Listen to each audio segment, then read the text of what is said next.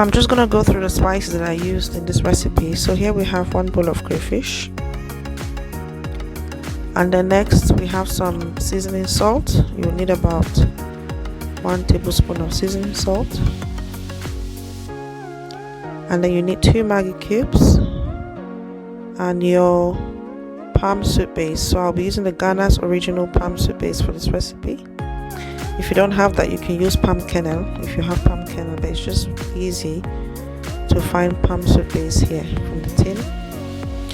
And then these are some of the spices I'm going to be using for the recipe. That we call it that's country onion, which is what's on the plate there, which is the white powder.